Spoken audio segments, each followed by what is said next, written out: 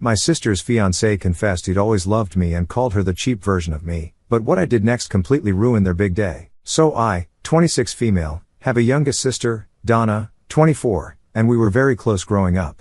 Personally, no matter what's happening right now, I'd like to think that we still are. Donna and I went to the same high school, and even though we had a gap of 2 years, we did have a lot of common friends as well. One of these common friends was Nathan, 26 male, and we used to be very good friends back in high school. After school ended, I lost touch with a lot of my old friends once I moved out of state for college, and that's what happened with Nathan. When my sister graduated, she went to a college near home, so it was different for her. She kept in touch with all her friends, and soon enough, she started dating Nathan. I was thrilled for them because I knew Nathan personally, and I thought he was a really nice guy. A few years after dating, I think maybe 4 or 5 years, they got engaged 8 months ago. So far, I've been living out of state, but last year I moved back so that I could be closer to my family, and I got a job offer that paid better than my previous job as well. So I was all set. Donna seemed the happiest of all when I told her this news, and after her engagement, I've been beside her every step of the way. I'm her maid of honor, and I'm the one who's been helping her out with the wedding preparations as well. As a result, I've been spending more time at her place as the wedding date draws closer, so I've been seeing a lot of Nathan as well. He's not very involved or even interested in the wedding planning, and his only concern is that it should all be within their budget, which it is, so he has nothing to add. But despite that, he would make it a point to come and sit beside me every time I went over to their house. I don't know if Donna ever picked up on that, and even if she did, she didn't let it show. I always found it a little strange that he chose to come sit beside me when his future wife was on the other side, but then this was so petty and insignificant that I didn't think much of it. Even a few days back, Donna left the room to get something, and Nathan happened to be sitting beside me. I joked that we could switch places now, and he could sit beside Donna if he wanted to, but he literally just said no thanks and then continued to scroll on his phone. I dismissed it as an attempt at a joke and didn't think much of it, even though I should have. I really didn't know back then if it was worth bringing up with Donna so close to their wedding, so I just didn't. And then last night, with exactly 1 week to go for their wedding, I received a text from Nathan where he confessed to me that he'd been in love with me in high school but thought that he'd moved on when I went away. However, me being back now and spending so much time at their house made him realize that he never truly moved on at all, and all those feelings that he'd pushed down so many years ago were coming back up to the surface once more. Then it got worse as he told me that he believed the only reason he even dated Donna was because he thought she was similar to me, and he felt like he was dating the Walmart version of me, which was just such an incredibly insulting thing to say about anyone at all, let alone my sister who he's supposed to be getting married to in just a week. By the way, when I read that text from him, I knew that this was a drunk text, not just because of all the spelling errors but also because Donna had already invited me to spend the night at her house since both of them were partying with their respective bridesmaids and groomsmen. So I knew he was out getting drunk. I'd had to miss Donna's party since I had to wake up very early for work today, and to be honest, I'm not much of a drinker and try to avoid it as much as I can. I knew that everyone would be drinking at the party, and I didn't want to feel out of place, so I just skipped it, and Donna didn't make much of a fuss about it either. Now I'm wishing that I had attended that damn party, and then maybe this wouldn't have happened. I forwarded that text to Donna immediately because I wanted her to know what her future husband thought of her. That text really left a bad taste in my mouth, and I felt so sick after reading it that I literally had to go take a shower so that I could finally fall asleep. After a lot of tossing and turning and trying to erase the confession from my memory, I finally fell asleep at 3 o'clock in the morning and was woken up at 5 o'clock with a call from Donna. She called me twice already before I finally answered the call, and man, I'd barely even said a word when she started yelling at me about being a homewrecker who tried to steal her man from her on purpose. She said that she finally knew why I'd come back and was visiting her so often. It wasn't to help her with the wedding but was actually to sabotage it. She told me that she never wanted to see me again and even threatened to call the cops if I dared to show up near her house or her ever again. I'd just woken up when she'd called me and was still too drowsy to even make sense of anything, so I just let her scream at me and then disconnected the call after she was done yelling at me. By the time she ended the call, I was totally and fully awake and was just beginning to comprehend what had happened. I couldn't and still don't understand why exactly she'd been yelling at me for telling her that her fiancé was sending me drunk confessions of love a week before their wedding. As far as I'm concerned, I think I did her a favor by letting her know what kind of man she decided to get married to. Nathan is the one who proposed to her despite still being in love with me. Nathan is the one who called her a Walmart version of me. Nathan is the one who sent me a drunk text in the middle of the night and told me that he loved me a week before the wedding. Nathan is the one screwing up their relationship, and somehow I'm the one she's blaming. I literally don't understand why she's so upset with me. I just happened to be the messenger. I've never ever flirted with Nathan, not back in school and definitely not in recent times after I moved back home. I didn't even know he had feelings for me, and I'm sure nobody else did either. He hid it really, really well, and if I had noticed something off, then I most definitely would have maintained my distance and wouldn't even have treated him like a friend like I'd done so far. There was only the fact that he used to sit beside me every time I would visit Donna to discuss the wedding plans, but that was happening right in front of Donna, so if she really had a problem with that, then she should have spoken to him and told him that she wasn't comfortable with him sitting next to me. I didn't bring it up because I didn't think it was that big a deal. It was a little weird, sure, but there was no need to make a huge fuss and cry about it. In hindsight, I maybe should have told Donna that I thought what he was doing was weird, but honestly, that's just no reason to get so upset with me and call me a homewrecker. The only reason I'd even visit her so often was because she needed the help, and she wanted me to come over, not because I wanted to be closer to Nathan like she thinks. I'm just really disheartened that Donna was being so awful to me just because Nathan did something stupid. He's the one she should be mad at, but as far as I know, she hasn't done anything, or I would have heard from my parents. I've been trying to get in touch with her since the morning, but she's unresponsive and is ignoring all my texts as well. I just don't know what to think, and the fact that I'm running on 2 hours of sleep is absolutely not helping either. I can't even discuss this with my friends because this is just too personal, and I don't want to betray my sister, and so this is my last resort to get some useful advice or insight. So Ida for warning my sister that her fiancé sent me a drunk text confessing his love for me just a week before they're supposed to get married. It's almost midnight right now, and there's still no word from Donna or even Nathan. I haven't heard back from my parents either, but I'm not too worried about them. I called them just an hour ago, and I'm guessing that they're already falling asleep, so maybe they'll call back tomorrow. As for Donna, I've left her several more texts and even called her a couple more times, but she's been ignoring me the entire day. I've even tried calling a few of her friends, but even they aren't responding to me. I think she must have told them what had happened, and for whatever reason, they also think that this is my fault. I just don't get it, but thanks to you guys, I know now that I'm not the one at fault here. Thank you for all your kind words and advice. It means a lot to me that you guys took out time to reassure me, and looking back, it kind of feels silly that I was even worried about being in the wrong here in the first place. If anything, it may be even more certain that Nathan is the one to blame here. I guess it must have slipped my mind because I'm running on 2 hours of sleep, but Nathan did mention in his text that he'd started falling for me again when I came back, and I moved back home a whole year ago. In fact, a little over a year to be precise, because it's been 13 months since I moved back, but it's only been 8 months since Nathan proposed to Donna. During those 5 months before he proposed, Nathan, Donna, and I met plenty of times, so if what he said is actually true, then he shouldn't have proposed to Donna at all in the first place. If he already knew that those feelings he had for me back when we were friends were all coming back, then he should have come clean to my sister right then instead of making matters worse for everyone involved in getting engaged. I'm not implying that if he had broken up with Donna, I might have dated him. That never would have happened anyway because Nathan might be a good guy, but he's just not my type, so I would never have dated him anyway. But if he'd broken up with Donna back then instead of proposing to her like a fool, then at least the three of us wouldn't be in such a horrible situation right now. In fact, a lot of you guys even asked me why he'd get engaged to my sister if he was still in love with me, and honestly, my guess is as good as yours. I think he probably believed that getting engaged and being committed would make it easier for him to forget about me. I'm not sure, but that's the only explanation that makes sense. I can't think of any other reasonable excuse for him to do something as dumb as this. He's the one who's responsible for this entire mess in the first place. I know most people believe that Donna is equally bad for blaming me, but honestly, I know her, and I know that she isn't a bad person. Whatever she said was probably just a knee-jerk reaction to the realization that her relationship was built on lies. I can't imagine what I would do if I dated a guy for more than 3 years, got engaged to him, and suddenly I found out that he was in love with my sister, not to mention that she'd probably been drinking through the night. I'm ready to forgive my sister for whatever she said to me if and only if she apologizes to me for accusing me of being a homewrecker. I know she's going through a lot right now, so I'm willing to cut her some slack, but she still does owe me an apology, and I'm hoping that it comes soon because I really don't want to spend the rest of our lives on bad terms. I couldn't care less about Nathan though, he can go to hell.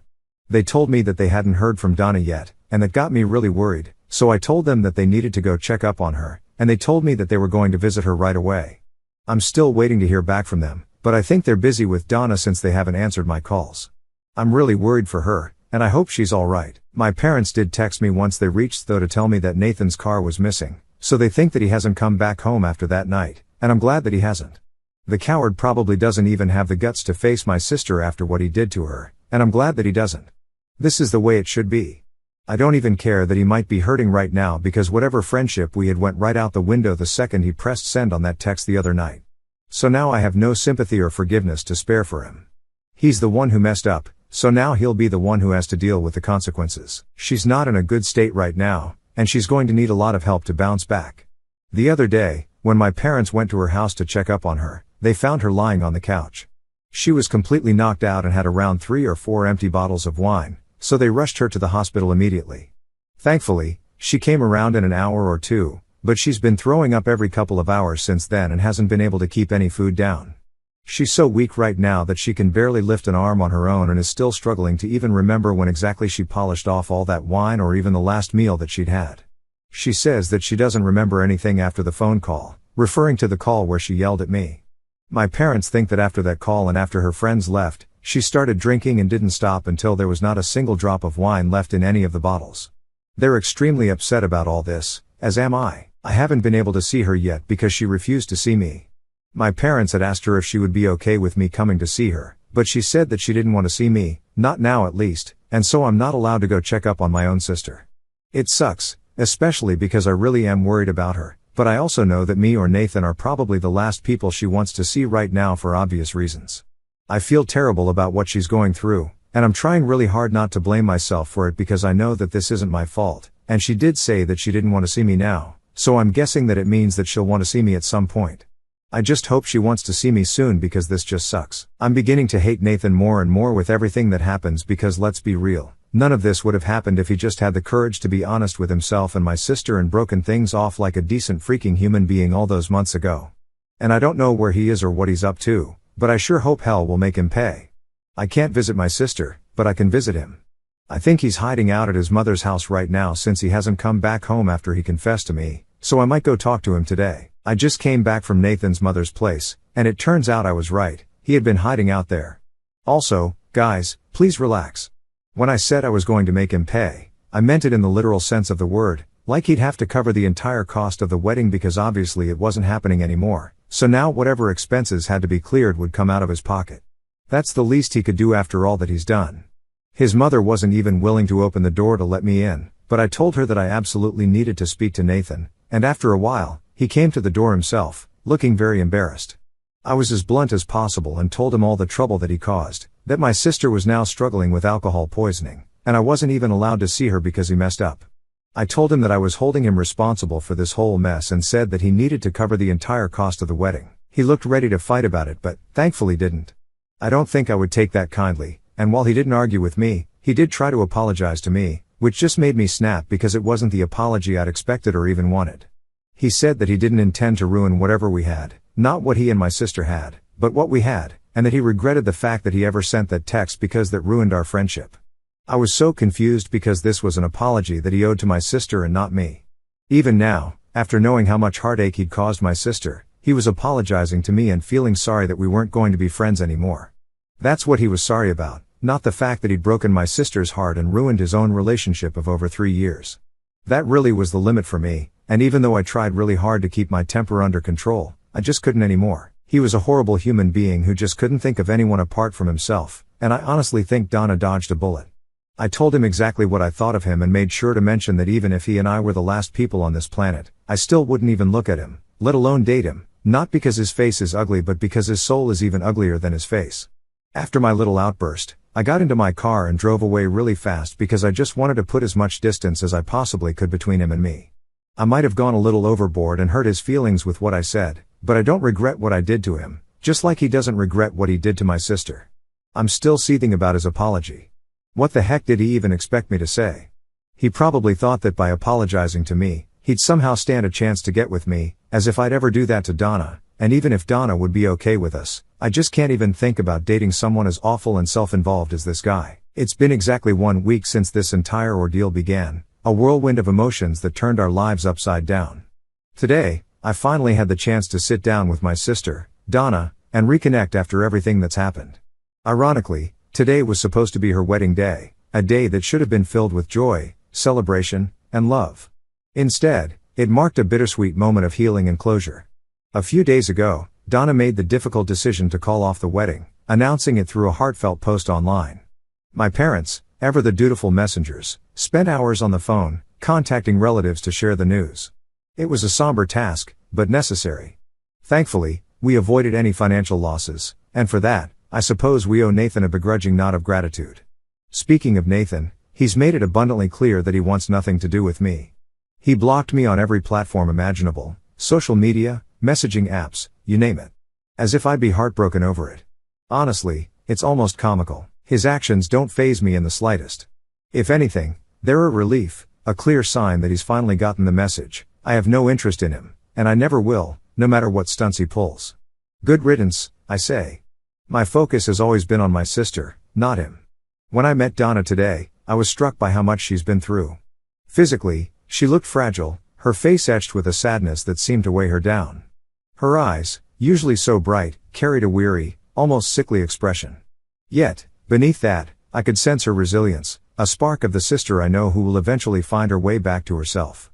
Time, I hope, will heal not just her body but also the emotional wounds she's carrying. Our meeting started awkwardly, the air thick with unspoken words. But the moment I wrapped my arms around her, the dam broke. Donna collapsed into sobs, her tears soaking through the sleeve of my shirt. It was a raw, unfiltered outpouring of grief, and I held her tightly, letting her release the pain she'd been bottling up. Through her tears, Donna apologized for the way she lashed out at me over the phone a few days ago. She admitted that her reaction, yelling, snapping, unloading her anger, was unfair. She called it shooting the messenger, a reflex born out of heartbreak and betrayal. In that moment, she was drowning in her emotions, and I just happened to be the closest target. I reassured her that I didn't hold it against her. How could I? That moment feels like a lifetime ago, and all I care about now is that she's safe and on the mend. Forgiveness came easily, my love for her outweighs any temporary hurt. Donna opened up about the day everything fell apart. She'd been out with friends, drinking heavily, and hadn't checked her phone when I sent her the text about Nathan's betrayal. It wasn't until the next morning, nursing a brutal hangover, that she saw my message. The words hit her like a freight train. Reeling from the shock, she called Nathan to confront him. When he confirmed the truth without hesitation, she didn't give him a chance to explain. She hung up, her world crumbling. Minutes later, she called me, unleashing her fury. I became her emotional punching bag, and though it stung, I understood. She was hurting, and sometimes pain spills over onto those closest to us. When yelling at me didn't ease her anguish, she turned to alcohol, hoping to numb the ache. She managed to hide her distress from her friends, but once they left, she drank alone, spiraling until she woke up in the hospital. Hearing this broke my heart all over again. I can't imagine the loneliness she must have felt, grappling with such a betrayal in silence. As we talked, I shared my side of the story, including the moment I told Nathan I'd never date him, not even if he were the last man on earth. His stunned expression flashed in my mind, and when I described it to Donna, we both burst into laughter. It was the first time I'd seen her smile in days, and that small moment of joy felt like a victory. Her laughter, though fleeting, was a reminder of the sister I know, vibrant, strong, and capable of finding light even in the darkest moments. We sat there, reminiscing about better times, and I felt a weight lift off my shoulders. The tension that had hung over us for days began to dissipate, replaced by a quiet hope. Walking back home after our meeting, I felt lighter than I had in days. The past week has been a roller coaster of emotions, anger, sadness, guilt, but seeing Donna take those first steps toward healing made it all feel surmountable. I'm so grateful for the support we've received from all of you, your kind words, your prayers, your encouragement. They've meant more than I can express. Please keep Donna in your thoughts as she continues to recover, both physically and emotionally. I'm hopeful that with time, love, and support, she'll find her way back to the radiant person she's always been.